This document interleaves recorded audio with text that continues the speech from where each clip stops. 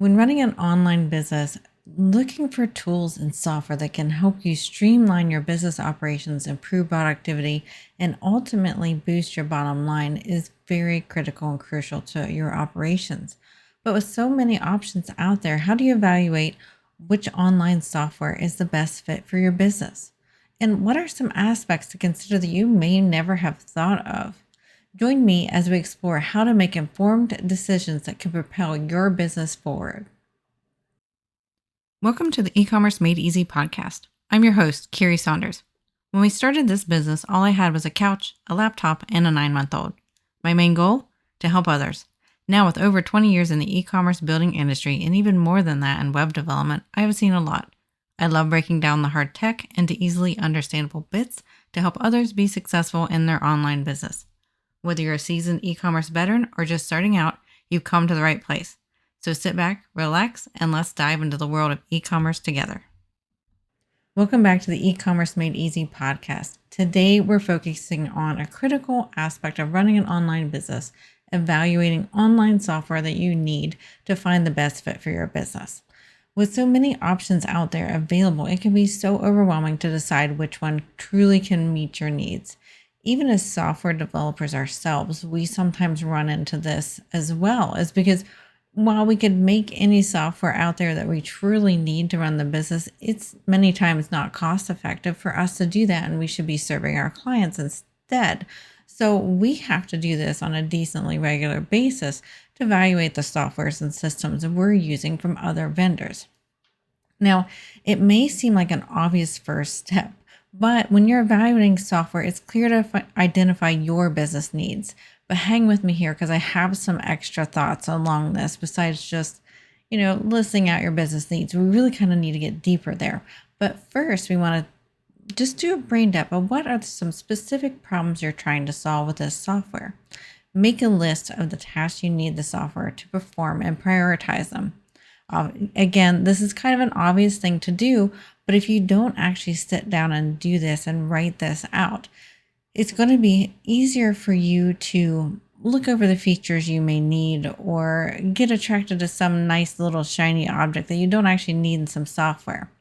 And it will really help you narrow down your options and focus on solutions that address your specific, most pressing needs. So for example, if you're looking for a project management tool, you might need features like task management, assignment, deadline tracking, and potentially team collaboration. But if you're seeking an e-commerce platform, your priorities might include inventory management, payment processing, and customer analytics. And how do you reach those customers better? But once you get that high level of list of features you might need, then I challenge you to go even more specific. Really drill down a bit further. For example, for task assignment, do you need to be able to assign those tasks to multiple people in your team? Do you need to have a lead person for that task? Think about how your business processes currently work and any ideas on how you would like them to work even better, and really think this through and put yourself in the shoes of using the software and find those little very specific type of needs that you need for your software. That's going to really help you narrow down rather than being really generic and saying, I just need task management and team collaboration. Really get very specific. How do you want this work to work? How do you want the flow to work? Do you want people to get email notifications when they get a task? Would you rather them get a Slack notification instead? How do you want that all to work? Really think about the details here. It's going to save you a lot of time and money in the long run. And then another example that you could look at is if you're selling physical products on a website and you're looking for an e-commerce system. How do you need those orders filled? What happens when a customer orders? Do you need the order to send an email to a supplier who's going to mail the product to them directly, or do you mail the products yourself? If you mail them yourself, do you need to notify a specific person who does your shipping for you? How would they need to be notified? Do they want an email? Do they want something else? Like, how do you want to do this? Do you want it to be downloaded in an Excel sheet so they can fulfill orders that way and maybe import the addresses into a shipping label system? So this is what I mean when you really need to get specific, because it's really going to help you narrow your focus on what products you might need, because there's so many options out there. We want to make sure we're specific. Don't worry about being specific to, kind of eliminate too many pieces of software. Being specific can help you eliminate the ones that you know you don't need and help draw you to the ones that you do need. And so this is going to really help you from getting distracted with unnecessary features. Like I mentioned before, you might get a little bit of a shiny object syndrome when you're looking at new software. So really thinking about this before you do any research on the software out there, make sure you go through this process on your own. Okay, so once you have this list of all the features you need and very detailed when possible, then I want you to go searching for some potential software out there. Start by reading reviews and testimonials from other businesses similar to yours. And that's pretty key here, because certain businesses, need certain features more than others. So when you're researching, and make sure you're finding it for similar businesses to you, because it's probably going to solve your problem a lot better. And I want you to look also for case studies that highlight how the software has helped these other companies achieve their goals. Case studies are a really great way to kind of get down on the depths of how the software is really helping them. And I want you to create a short list, 3, 5 at most pieces of software that's going to solve your needs that you can find out there. I want you to pay attention to both positive and negative feedback on the software. Many times negative feedback can really help me get a good sense of that piece of software. And many times it persuades me to want to get that software, because I see the negative feedback and I see how the company responds to the negative feedback. And if it's responded to in a very positive manner, then I know this could be potentially a really good piece of software, even though this one customer gave a negative feedback for it. It could have been just their situation, or maybe they were having a bad day that day. So really look through both positive and negative reviews and feedback on software. Obviously, no software is perfect. And so the goal here is to find the software that's the best fit for your specific situation. And one tip I like to do when you're doing this research and trying to find, the top 3 to 5 candidates that will fit your needs, is I like to use the search engine duckduckgo.com. You just literally spell it out, duckduckgo.com. And I like to use that instead of one of the major search engines because it's less biased. It does not store all of your searches and all your prior searches, your location and things like that. And then it doesn't give you what I would consider to be filtered results to you. It's going to give you the best articles out there on the internet I have found whenever I use it, rather than biased articles based upon what Google or Bing thinks you want to see. Now, DuckDuckGo does have some advertisements at the top, similar to the major search engines, but I find it has a lot less advertisements, a lot less clutter, and really gives you some clear answers to your questions. Obviously, be very specific when you're searching for it. You might want to search task management software for online business coaches, or e-commerce solutions for digital service providers. Be pretty specific on what you're looking for when you do the searches, if needed, if you get too much of a generic result when you're just searching for a task management software. But using DuckDuckGo can really help you get some better results, I feel like, than some of the major search engines, just because it doesn't store all your information and give you biased information. Okay, so then once you have this short list of 3 to 5 softwares that can solve your needs, it's time to dive deeper into the features and usability of each software option. So when possible, request demos or sign up for free trials. Almost every piece of software out there does provide a demo or a free trial, whether it's 7, 14 days or what. They at least provide this. And during this evaluation, make sure you're testing the software to see how intuitive and user-friendly it is. It needs to be easy for you to use. And I want you to make a list of the pros and cons that you experience while you're using this software. And then if you have a team or staff, or maybe some regular people who work with you, make sure you have them test the software too, especially if they were going to be using it. Make sure they list some pros and cons for each as well. And so while you ultimately have the final decision on making sure the software suits your business needs, reviewing it with others is going to help you evaluate it to make sure it works for the majority of the people that work with you. So it's kind of important to get some good feedback from them as well, because they may see some things that you don't see as well. Getting a different perspective is always helpful when you're evaluating a software and systems, especially ones that you're going to be using and being dependent upon for your business. And then you might also want to consider how easy it is to integrate the software with existing systems if you have them. So I would get a trusted tech partner if needed to review this part if you're not comfortable evaluating how systems integrate yourself. So customer support is the next thing you really want to look into when you're evaluating the software, especially whenever you're doing the trial and demos. If you run into trouble, what's their customer support like? Even the best software out there can encounter issues. So you want to make sure that you have reliable support when you need it. And this can really sometimes be the really great deciding factor between a couple of top running pieces of software you're considering. I know we have made decisions based upon the customer support. Even if a product didn't quite solve specifically every single need, we could still work it around it. We wanted to use a specific software just because our customer support was that good. So make sure that they have easily to get a hold of customer support, chats, email, phone calls. Is it easy to get a hold of somebody when you actually need it? And see the responsiveness of it, and look at other customer reviews when you're not specifically on their website. Maybe, external reviews can help you better evaluate the customer support behind the product too. So make sure you're digging into that as you're evaluating this software.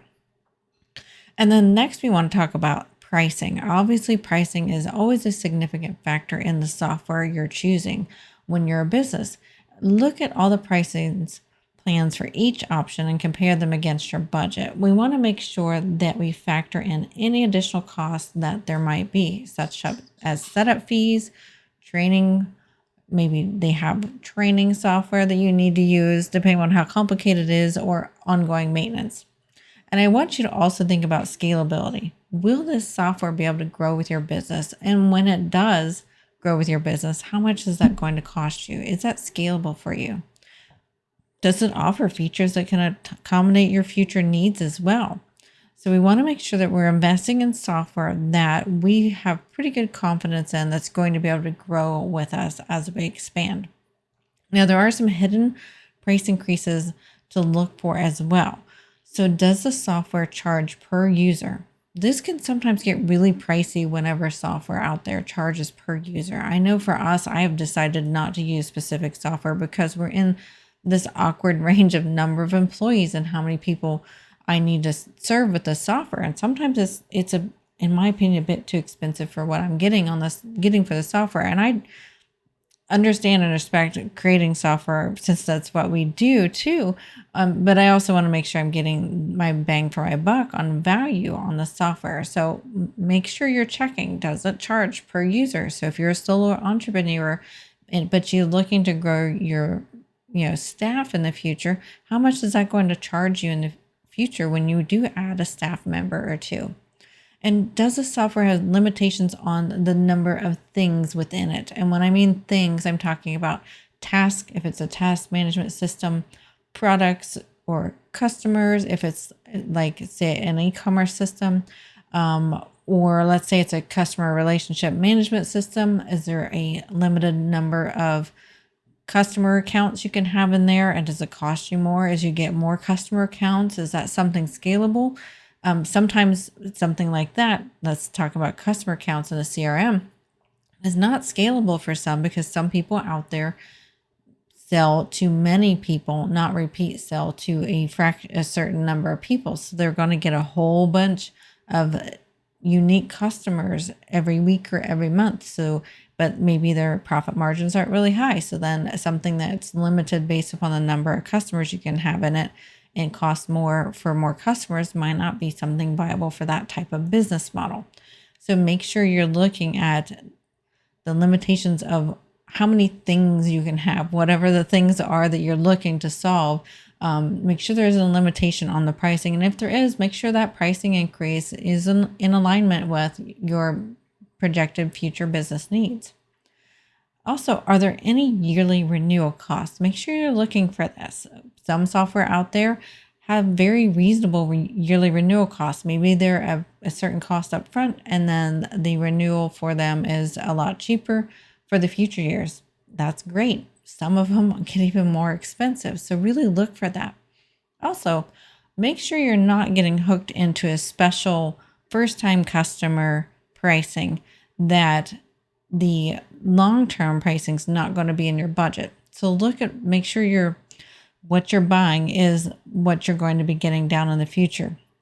I know there's some places out there that have, maybe $1 for the first month, but then maybe it raises up to $200 for the months thereafter. Is that sustainable for you? Make sure that end price, once you're through their trial or their promotional period, is a price that you can afford in your business and is sustainable. So look at that as well.